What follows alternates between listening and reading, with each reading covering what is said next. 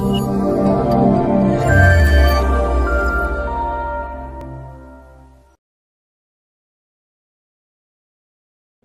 bismillahirrahmanirrahim. Assalamualaikum warahmatullahi wabarakatuh. Terima kasih kepada semua awak media yang sudah hadir undangan kami di sore ini untuk konferensi pers terkait persiapan aksi Akbar 2, aksi bela rakyat 2 dari GNPR, yang nanti akan disampaikan bagaimana arahan untuk aksinya, kemudian juga akan dijelaskan tentang teknis untuk aksi dari Korlap kita. Korlap kita yang aksi Akbar ini ada dua. Yang pertama adalah Buya Hussein, ini beliau di sebelah kiri saya. Yang kedua Bang Buyung, beliau dari kegiatan Keluarga Besar Alumni UI. Kemudian ada juga tokoh-tokoh ormas di kita yang bergabung ratusan ormas dan komunitas. Juga ada dari ojolnya nih, Bang Iwan. Kemudian mahasiswa dan ulama apalagi terdepan dalam hal Mukar atau Isbang. Sehingga hari ini akan dijelaskan, diarahkan oleh GNPR. Silakan ke Habib Muhammad untuk berikan pemahaman kita. Assalamualaikum warahmatullahi wabarakatuh.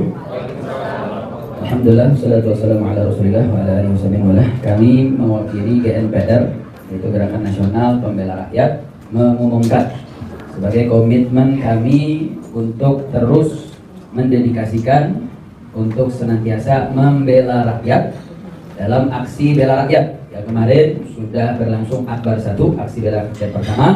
Insyaallah hari Jumat tanggal 23 bulan September akan diadakan aksi bela rakyat kedua dengan tuntutan yang sama. 1. Turunkan BBM. 2. Turunkan harga bahan pokok. 3. Tegakkan supremasi hukum. Insyaallah aksi Akbar 2 akan lebih banyak turun bersama-sama rakyat. Takbir! Takbir! Takbir! Sallu ala Nabi.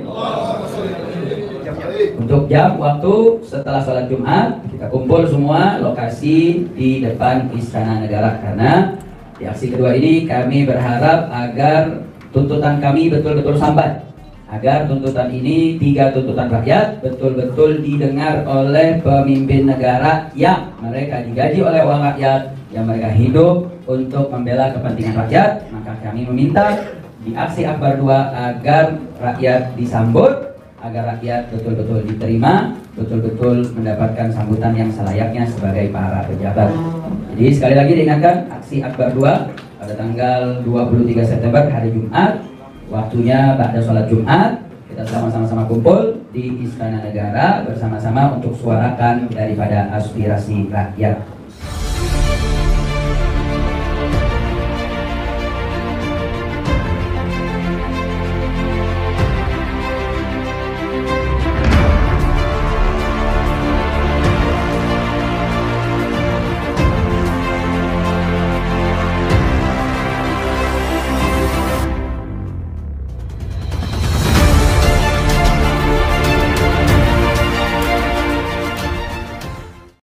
Bismillahirrahmanirrahim. Assalamualaikum warahmatullahi wabarakatuh. Waalaikumsalam. Sahabat HS Official yang dirahmati Allah Subhanahu wa taala. Alhamdulillah kita dipertemukan kembali dalam suasana cukup cerah. Seperti biasa insya Allah kita akan membahas topik-topik yang aktual, kekinian dan juga masih viral. Alhamdulillah pada kesempatan kali ini saya ditemani oleh Bapak Kolonel Purnawirawan Sugeng Waras. Assalamualaikum Pak. Waalaikumsalam. Sehat. Ada beberapa topik yang ingin kita bahas. Yang pertama ini yang mungkin berkaitan dengan masalah kenaikan BBM, ya. Kebetulan Bapak Sugeng Waras juga menulis satu artikel. Mungkin Pak, pertanyaan pertama, Bapak menulis tentang bahwa masalah BBM itu termasuk mempunyai nilai strategis, Pak. Ya, kira-kira di strategisnya di mana, Pak? Oke, terima kasih. Jadi begini, Pak Solihin, kita bicara masalah strategis, ya itu sangat strategis. Ya.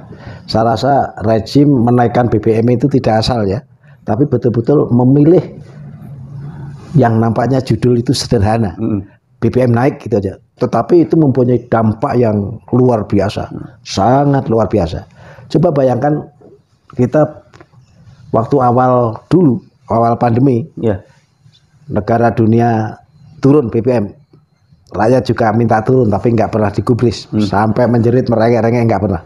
Ini kedua kalinya pada saat kita belum sempat keluar dari BBM, dari pandemi. Ya, masih terseok-seok ekonomi, ini dihajar lagi naik BBM dan kenaikan ini luar biasa. Bayangkan namanya Petralite yang sekian persen diinginkan oleh rakyat, dibutuhkan rakyat, itu nggak tanggung-tanggung naiknya dari 7.650 menjadi 10.000. Iya, iya. Wah, itu luar biasa. Jadi sangat luar biasa.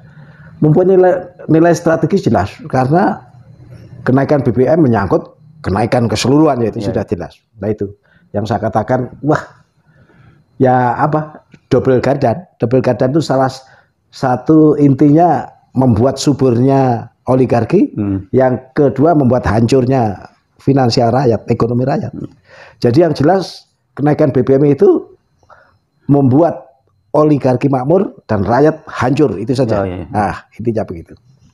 Baik Pak, ini kalau kita sedikit membandingkan dengan negara lain Pak, itu ada beberapa negara yang menurunkan harga BBM. Contohnya Malaysia juga negara-negara lain itu. Tapi kenapa Indonesia itu justru naik? Ini mungkin faktornya apa Pak? Ini karena ada pos-pos yang mungkin sebenarnya tidak berhubungan dengan rakyat, atau karena ada salah urus Pak? Yang jelas salah urus, tapi ini keterlanjuran. Iya, iya. Gegabahnya rejim waktu itu ya karena masalah hutang negara saja itu. Iya, iya. Bayangkan hutang negara yang sudah mencapai hampir katakanlah 7 triliun lebih, ya. Malah ini mohon maaf, saya dengar ada yang memposting sudah tambah 660 triliun lagi ini. Kalau itu betul kayak apa? Jadi kalau kita bayangkan sampai 7 turunan itu nggak akan terbayar. Sedangkan kita jangan kan mikirkan hutangnya ya, mikirkan bunga hutang saja, gali lubang tutup lubang. Jadi ini suatu solusi rejim untuk mengatasi itu ya dengan cara menekan, mencekik, menindas rakyat itu. Ya. Udah kenaikan kenaikan BBM itu nggak bisa dipungkiri, jelas bahwa itu solusi dalam mengambil langkah-langkah untuk menutup bunga hutang. Pak, ini saya dengar itu memang rakyat udah jelas apa ya, itu menjadi lebih sengsara, lebih kerepotan lah. Tapi saya dengar Pak justru di tingkat-tingkat atas elit itu tidak merasakan ini Pak, seperti gaji-gaji mereka seperti tetap besar itu Pak. Nah itulah, sekarang bayangkan rakyat kecil itu sekarang makin membengkak pengangguran. Hari-hari malam-malam pikirannya hanya bagaimana mencari makan besok, apalagi untuk mencari makan lusa. Itu sebagian besar rakyat berpikir gitu. Di sisi lain gaji para petinggi negara luar biasa besarnya. Bayangkan kalau misalnya itu Ahok itu ya, kurang lebih gambarnya katakanlah 3 M lebih. Iya itu, bayangkan. Jadi apalagi anggota DPR, MPR. Ya mohon maaf ya, itu ya sudah rezekinya ya. Tetapi barangkali karena nggak mengalami kesulitan sehingga pikirannya nggak berpikir sulit. Beda barangkali seperti saya ya, saya pensiunan tentara. 1 bulan itu paling hanya 3 juta lebih. Ya tadi ikut merasakan bagaimana sengsaranya rakyat.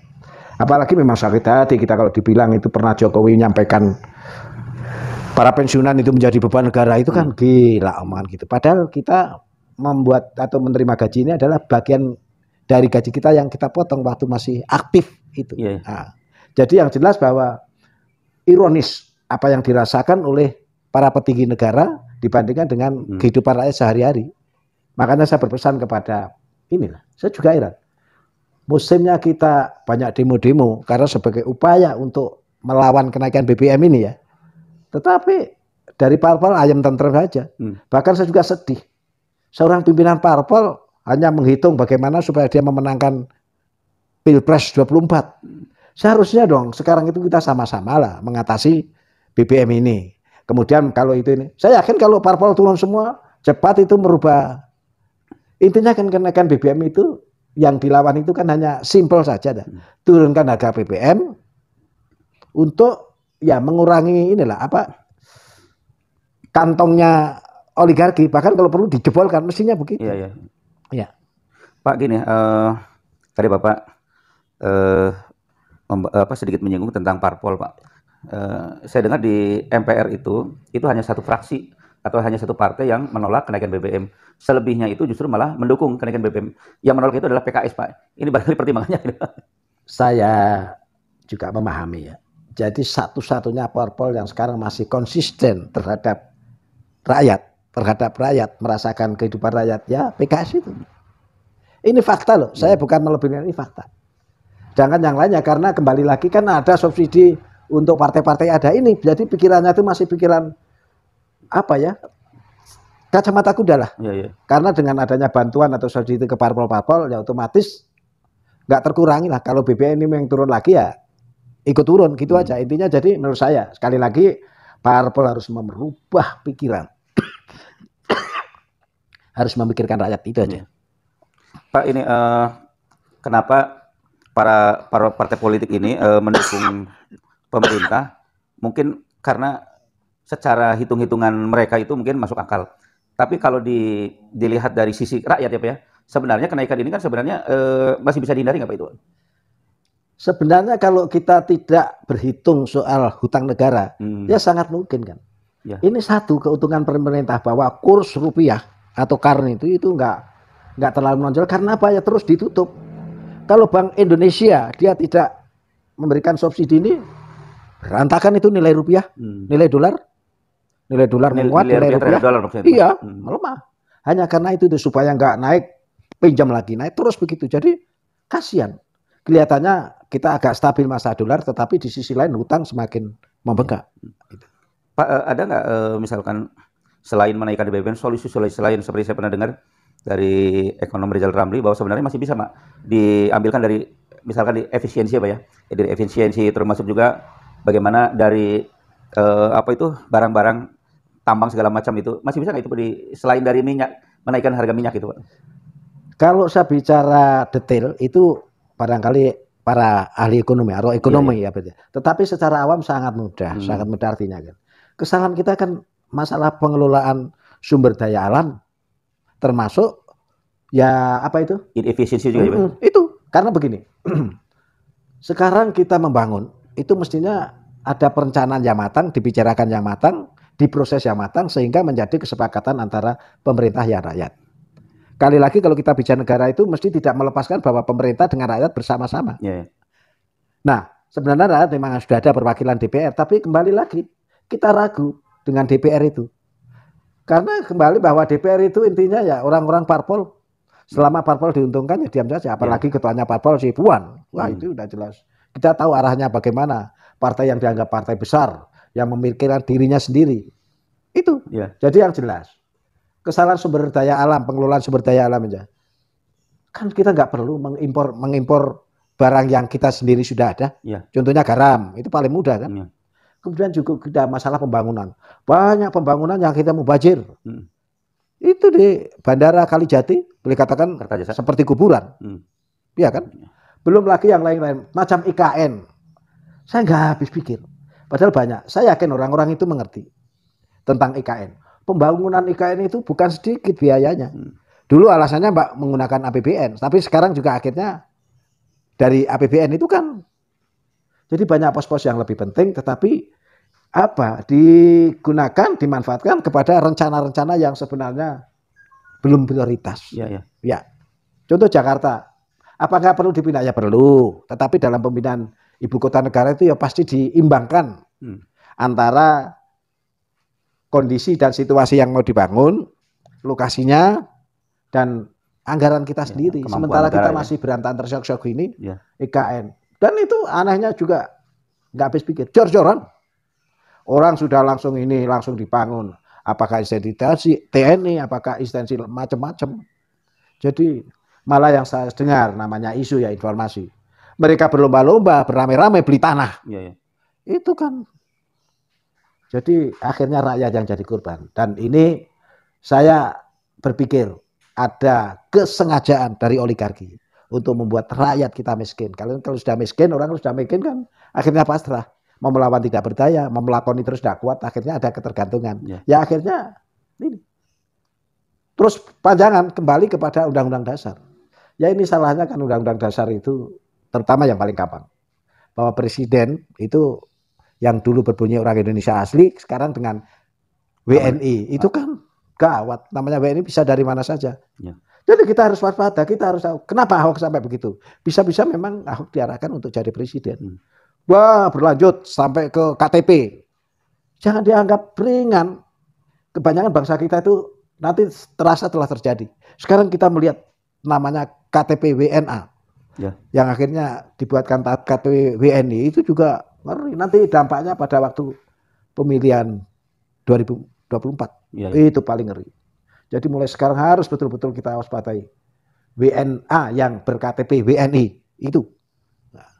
Pak, ini sebagian masyarakat mungkin sepertinya pasrah ya, apapun keadaannya, ya mereka nggak bisa bersuara Pak. Tetapi ada di antara elemen masyarakat juga yang masih tetap menghendaki untuk adanya perbaikan perubahan ya. Di sini masih berlangsung demo-demo baik dari mahasiswa, kemudian dari buruh, dari ojek online dan juga termasuk umat Islam itu. Itu masih menuntut bagaimana supaya harga BBM ini turun gitu. Kalau Bapak ini demo-demo ini kira-kira ada ini Pak, ada optimis, ada kemungkinan mau turun nggak Pak diri? Ya begini ya. Memang sebenarnya masalah demo itu dari dulu ada memang. Tetapi kenapa demo itu pasti ada penyebabnya ya. Ya. Sekarang contohnya penyebab kenaikan BBM. Nah, apalagi yang seperti saya katakan tadi, ini betul-betul sangat signifikan kenaikan BBM itu. Ya. Sederhana tapi berdampak besar. Ya otomatis layak saja rakyat yang merasa kesusahan akan demo-demo. Memang nampaknya tidak berdaya, tetapi bagaimanapun demo itu akan berdampak mengurangi atau menguras kantongnya atau dompetnya oligarki. Sekarang untuk menutup demo itu apa nggak perlu biaya? Perlu. Jadi kalau biaya ada demo terus-menerus, saya rasa wajar-wajar saja lah. Wajar. Yeah. Itulah yang dirasakan oleh rakyat. Dan itu memang berdampak ya tadi saya katakan dompetnya oligarki akan kurang. Bahkan masukan atau penerimaan APBN itu bisa menurun. Bisa menurun. Berhubungan dengan kepercayaan ya Pak? Iya betul. Jadi dengan demikian menurut saya nggak heran. Misalnya demo itu akan berlanjut. Dan saya khawatir apakah rakyat bisa akan bisa. Ya. Jadi akhirnya bahwa namanya perut itu nggak urusan masalah pendukung rejim atau bukan. Ya. Nanti lama-lama pendukung yang pernah mendukung rejim pun juga merasa kesulitan ini. Nah akhirnya kalau kita memang rakyat kompak bersatu, ya itulah. Karena dinamakan kedaulatan itu sebenarnya. Nah. Pak, Bapak ada menyinggung masalah TNI Polri Pak, dalam kaitan dengan kenaikan BBM seharusnya berdiri di posisi mana Pak? Jadi TNI Polri itu kan sudah jelas, baik dalam Undang-Undang Dasar ataupun di dalam Undang-Undang TNI sendiri. Dalam Undang-Undang TNI khususnya itu Undang-Undang nomor 4 tahun 2004 nomor 34 ya, tahun 2000. Itu jelas. Bahkan di situ lebih rinci lagi ada namanya operasi militer perang dan operasi militer selain perang atau OMSP. Ya. Jadi di situ jelas. Maka kalau memang sesuai peran dan fungsinya, TNI Polri itu mempunyai kewajiban mempertahankan, menjaga, melihara jalannya roda pemerintahan yang untuk kepentingan negara. Ya. Jadi kepentingan negara ya, bukan kepentingan pemerintah. Selama ini masih menonjol TNI Polri kepada melindungi ke pemerintah. Itu salah. Jadi harus berdiri tegak di tengah-tengah antara rakyat dengan pemerintah. Jadi beda ya, antar pemerintah dengan negara itu beda gitu ya? Beda. Kalau pemerintah ya pemerintah, berarti presiden, wakil presiden dibantu menteri-menteri dan beberapa parlemen, ya kan. Kalau negara jelas bahwa negara unsurnya ada 4, ada pemerintah, ada rakyat, ada wilayah, ada pengakuan dari negara lain. Jadi di dalamnya ada rakyat itu Pak ya? Iya, jadi kalau kita bicara negara itu utuh, lengkap. Ada pemerintah, ada rakyat di samping yang lain-lain tadi. Nah kalau hanya pemerintah saja salah, makanya ya ini menjadi kewajiban para pimpinan ya, para pimpinan harus bersih hati. Rakyat tahu kok, siapapun yang bersih hati nanti suatu saat dia akan menjadi pilihan rakyat. Gitu.